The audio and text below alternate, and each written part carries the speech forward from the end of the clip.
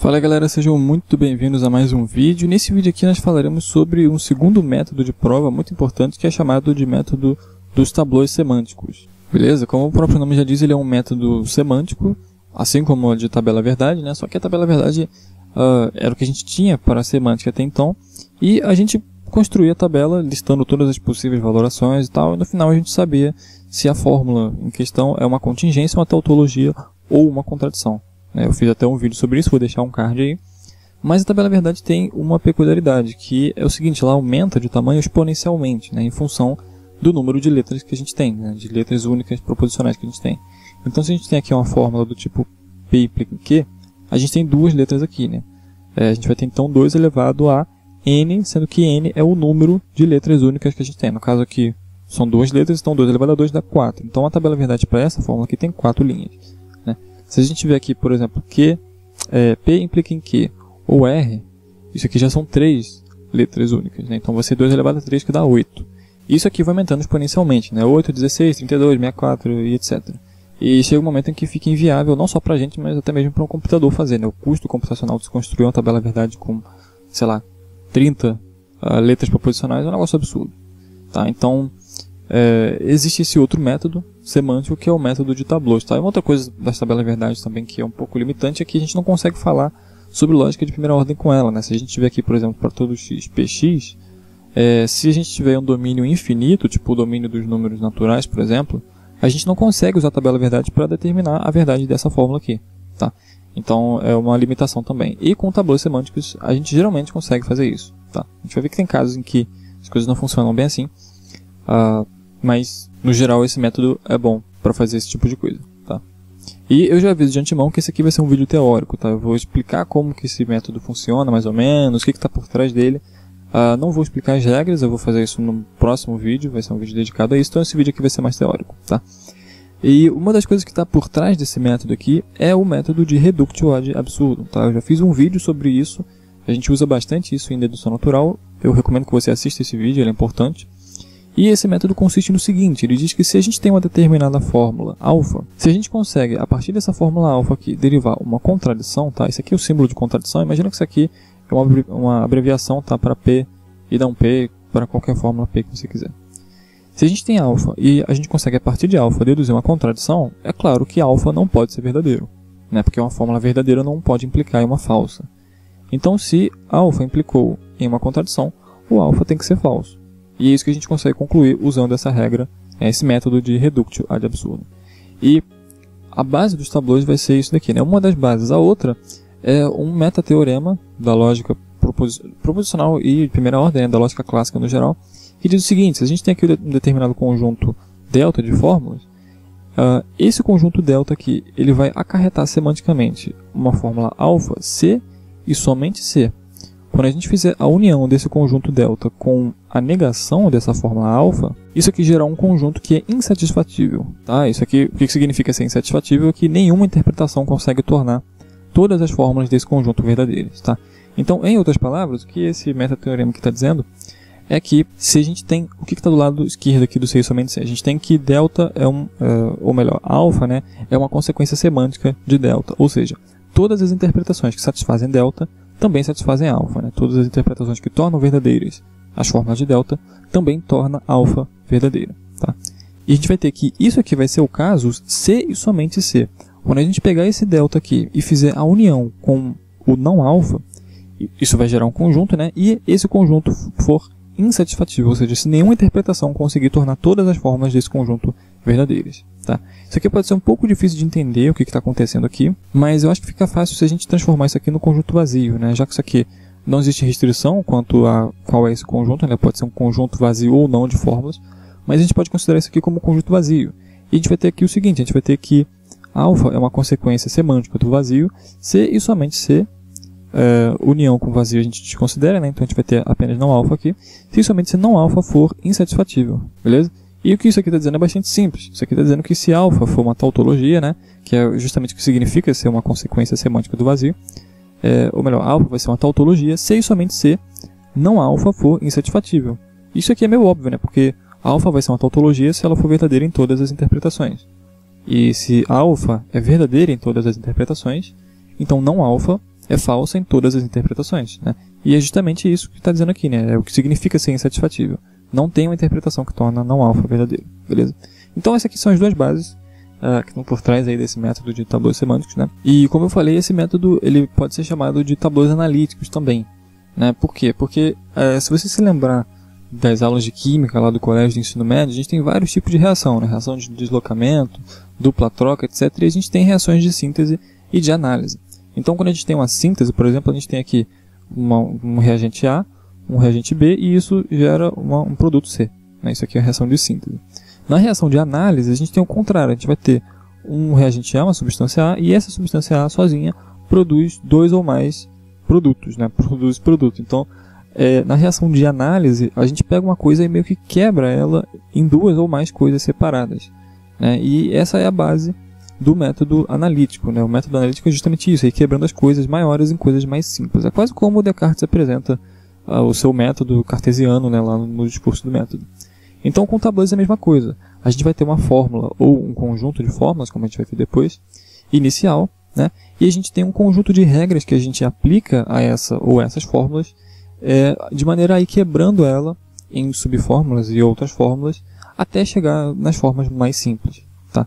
E quando a gente faz isso, a gente tem aí um método para decidir se a fórmula inicial é uma tautologia ou não, tá? E antes disso aqui, eu preciso dizer algumas coisinhas. A gente vai trabalhar com um termo novo aqui, né, chamado literal, tá? E um literal nada mais é do que uma fórmula atômica ou a negação de uma fórmula atômica, beleza? A gente vai precisar desse conceito aqui para agora. Quando eu falar sobre forma normal, a gente vai usar isso aqui também, tá? Mas é um conceito bastante simples, né? Uma fórmula atômica ou a negação de uma fórmula atômica. Então, P é um literal, Q é um literal, não R é um literal, tá? Agora, não P implica em Q, isso aqui não é um literal, tá? Isso aqui não é. P implica em Q também não é, tá? Qualquer fórmula que tiver um conectivo além da negação não é um literal. E se a gente tiver a negação se aplicando a qualquer coisa que não é uma fórmula atômica, também não vai ser um literal, beleza? E a gente tem um conceito também de literais complementares, que nada mais são do que literais que têm a mesma fórmula atômica em comum, né? Então, por exemplo, P e não P são literais complementares, né? Q e não Q são literais complementares. Agora, P e não Q, ambos são literais, porém eles não são complementares, né? Para ser complementar, a fórmula que está sendo negada tem que ser a mesma fórmula que não está sendo negada, né? Então, isso aqui não são literais complementares. Então, literais complementares são pares de literais com a mesma fórmula atômica em comum. Tá? E por que a gente está falando desse troço aqui de literais? Porque os literais aqui vão ser as menores unidades que a gente vai ter no nosso método analítico. Então, quando que a gente sabe que o nosso tablô vai estar completo ou não? Quando a gente tiver chegado em literais. Não necessariamente. Na verdade, a gente sempre vai ter que chegar em literais, tá? Mas tem casos em que isso vai ocorrer antes, tem casos em que a gente vai precisar continuar chegando a mais literais para fechar. Eu vou explicar isso aí melhor ao longo dos vídeos, tá? Mas então, como eu falei, como ele é um método analítico, a gente começa a partir de uma determinada fórmula e vai aplicando regras, chegando em outras fórmulas. Às vezes, o nosso tablô vai se dividir em 2, né? Vai criar 2 ramos e a gente continua fazendo deduções, né? Até chegar no final. E aí, chegando no final, a gente precisa analisar o que a gente tem para saber o resultado, tá? E como eu falei, o que está por trás disso aqui tudo é o método de reduction. Então, a fórmula que a gente começa aqui, ela tem que ser a negação daquilo que a gente quer provar, né? Então, eu vou dar um exemplo aqui bastante simples de uma aplicação direta, tá, do método de tablôs semânticos. Vamos supor que a gente quer provar isso aqui, ó. Tá? A gente quer provar isso aqui, é uma instância da lei de contraposição, e a gente quer provar que isso aqui é uma fórmula válida. Como que a gente faz isso? A primeira coisa que a gente vai fazer, e isso aqui é extremamente importante, se você esquecer de fazer isso aqui, você vai errar tudo que vem em seguida, tá? Você tem que negar a fórmula que você quer provar, tá? Por que você tem que fazer isso? Porque a gente tem que buscar uma contradição, né? Se você quer provar φ, você tem que negar φ e mostrar que ao fazer isso você chega a uma contradição, né? Aí você pode fechar isso aqui e concluir a negação da hipótese. No caso, a hipótese era não φ, a negação de não φ é não φ, né? E pela dupla negação a gente fica com φ, que é o que a gente queria provar. Então a gente tem que negar o que a gente está querendo provar, beleza? Tenha em mente sempre que no método de tablô você está buscando por uma contradição, tá? Então, a gente tem aqui a negação de uma fórmula que é uma implicação, né? Como eu falei, eu não vou explicar aqui as regras, tá? Elas são intuitivas, mas eu não vou explicar detalhadamente aqui, eu só vou aplicar elas. Então, se a gente tem a negação de uma fórmula que é um condicional, o que isso significa? Significa que o antecedente dele é verdadeiro, né? O antecedente é isso aqui que está em verde agora. E o consequente, que é o que está em verde agora, é falso, né? Então a gente tem que o antecedente é verdadeiro, o consequente é falso. Vamos escrever isso aqui embaixo, né? O antecedente é o quê? É P implica em Q. Então a gente tem aqui P implica em Q, isso é verdadeiro. E o consequente é não Q implica em não P. E a gente está dizendo que isso é falso, pela hipótese de que essa fórmula é falsa. Então a gente vai ter que não é o caso que não Q implica em não P. Tá? Então a gente usou essa fórmula aqui e agora a gente obteve essas duas, né, aplicando a regra para negação da implicação, que eu vou explicar depois. Tá? Eu estou dizendo porque, sei lá, para você não dizer no comentário que eu não expliquei. Sim, eu não expliquei, eu vou explicar depois. Eu estou só mostrando como que se usa esse método aqui. Então agora a gente tem duas fórmulas. A gente tem a fórmula P implica em Q e a gente tem a fórmula não é o caso que não P implica em não P. Isso aqui, de novo, é uma negação de um condicional. Se é uma negação de um condicional, isso quer dizer que o antecedente é verdadeiro e o consequente é falso, né? Porque é o único caso em que o condicional é falso. Então a gente vai ter que esse antecedente aqui, que é não Q, ele é verdadeiro, então a gente vai ter aqui não Q, né? E esse consequente, que é não P, ele é falso, então a gente vai ter não P. Né? E agora a gente acabou de usar essa fórmula aqui. Repara que aqui a gente já tem um literal, né? A gente tem não Q. Aqui a gente tem a negação de um literal. Então, isso aqui na verdade é não... os dois, na verdade, são negações literais, né? Só que esse literal aqui já é uma negação. Então, como a gente tem uma dupla negação, a gente pode eliminar essa dupla negação e ficar apenas com P. Tá? Então, a gente usou essa fórmula aqui, aplicando a regra da dupla negação. E a gente tem agora não Q e P. Né? Chegamos a dois literais, porém ainda tem coisas a ser feitas. Né? Se você reparar, eu estou colocando a bolinha aqui ao lado das fórmulas que a gente usa, mas a gente tem essa fórmula aqui que a gente não usou ainda. Né? A gente obteve ela a partir dessa primeira, mas a gente está dizendo que ela é verdadeira. Né? Que P de fato implica em Q. O que a gente faz agora? Bem, P implicar em Q significa o quê? Significa que não é o caso que o antecedente é verdadeiro, né? Que P é o caso, e que o Q não é o caso. Né? Só que isso aqui não fica bacana isso porque a gente está negando uma fórmula que é uma conjunção, fica um negócio muito complexo. Qual que seria a maneira mais simples da gente expressar isso daí? Através de uma disjunção, né? P implica em Q é a mesma coisa que não P ou Q. Isso aqui é mais simples do que aquela negação de conjunção. Então, P implica em Q vai ser verdadeiro se e somente se o não P for verdadeiro ou o Q for verdadeiro. Como é uma disjunção, aqui a gente vai ter que abrir um ramo, né? Porque existem dois casos em que essa fórmula aqui é verdadeira e a gente precisa considerar os dois. Né? O primeiro caso é o caso em que o não P é verdadeiro, que é esse aqui. E o segundo caso é o caso que o Q é verdadeiro. Né? Agora sim, a gente pode colocar uma bolinha aqui para dizer que usou essa fórmula. E a gente tem agora apenas literais. Né? As fórmulas que não tem bolinha do lado são literais. Então a gente tem não Q, a gente tem P, a gente tem Q e a gente tem não P. Beleza? E o que a gente tem aqui então? A gente tem um tablô com dois ramos. Né? O primeiro ramo é esse aqui, ó, que eu estou passando em verde. Tá? Por onde eu estou passando aqui, eu estou passando por várias fórmulas. Todas essas fórmulas aqui fazem parte desse ramo à esquerda. Tá? E a gente tem esse segundo ramo, que é o que passa por todas essas mesmas fórmulas, porém aqui no final vai para a direita. Tá?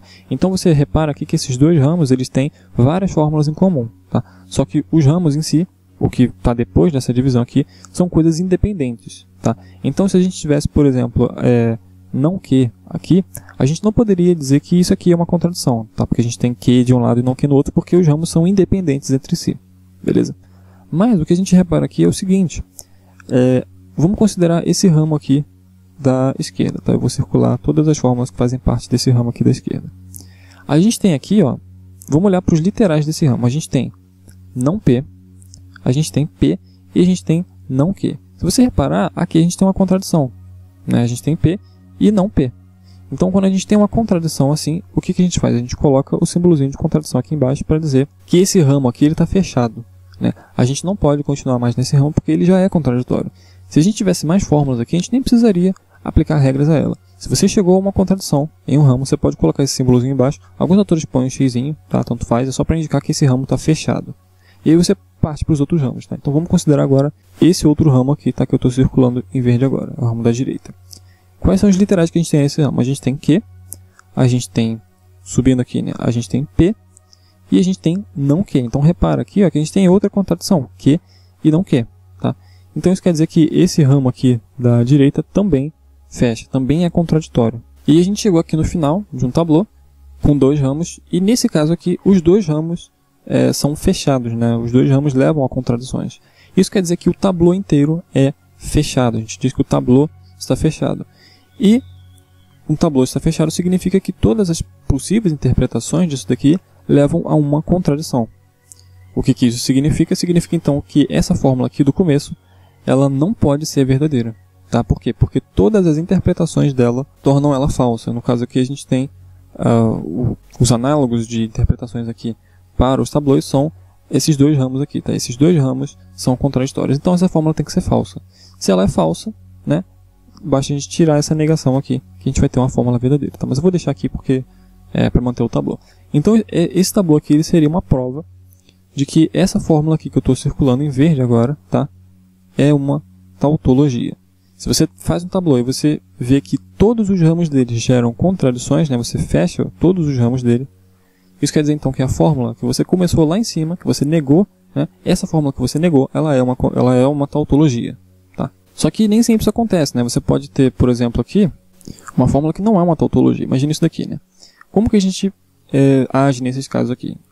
De novo, sempre você vai ter que negar a fórmula que você está querendo provar. No caso aqui eu já sei que essa fórmula não é uma tautologia, mas imagina que você não sabe se está querendo saber se é ou não. Você vai negar essa fórmula e vai aplicando as regras. Né? Então, de novo, isso aqui é um condicional. Né? Se você nega o condicional, você tem o antecedente verdadeiro, então P ou Q, e você tem o consequente falso. Então, consequente não é o caso que P e Q. Tá? Então, a gente usou essa primeira fórmula aqui e obtivemos essas outras duas. Agora, a gente tem duas fórmulas. A gente tem aqui P ou Q, e a gente tem não é o caso que P e Q. Né? Não é o caso que P e Q. Essa primeira aqui, ela é uma disjunção, né? Então ela vai ter que ramificar, porque a gente tem dois casos em que essa fórmula é verdadeira. A saber, o caso em que P é verdadeiro e o outro é o caso em que o Q é verdadeiro. Né? Chegamos aqui a literais, né? Bacana. Porém, a gente tem ainda uma fórmula molecular, né? Uma fórmula não atômica e também que não é um literal, que não foi usada, né? Não tem o círculozinho aqui do lado. Então a gente vai ter que aplicar a regra a essa fórmula aqui. E essa fórmula está dizendo que ela está dizendo que não é o caso que P e Q. Né? P e Q, isso aqui só vai ser verdadeiro se ambos P e Q forem verdadeiros. Então, se a gente diz que isso aqui é falso, isso quer dizer que pelo menos um dos dois, né, ou o P, ou o Q, ou ambos são falsos. Então, a gente tem aqui uma disjunção. Né? Basta aplicar a lei de De Morgan. Né? Se a gente está negando aqui uma conjunção, isso aqui vai ser equivalente a não P ou não Q. E como é uma disjunção, a gente vai ter que então ramificar de novo. Só que agora a gente tem já dois ramos aqui. Né? Como é que a gente faz agora?